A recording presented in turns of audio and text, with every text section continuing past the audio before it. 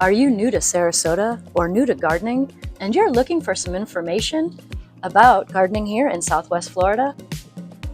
Well, look no further. The Garden Story Map is here to help. With just one click, you can find a garden that's right for you.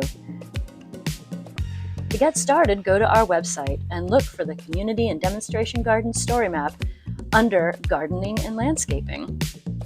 To find your community's location, look at our map for blue and green points. The blue points represent demonstration gardens, and green points represent membership-based community gardens.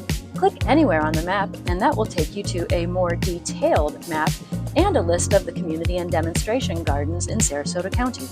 When you find the part of town that you want to know more about, click on the map to learn more, or if you know the name of a garden, click on the list. It's really that easy to find a community or demonstration garden near you, so what are you waiting for? We hope to see you out there enjoying Sarasota County's beautiful gardens.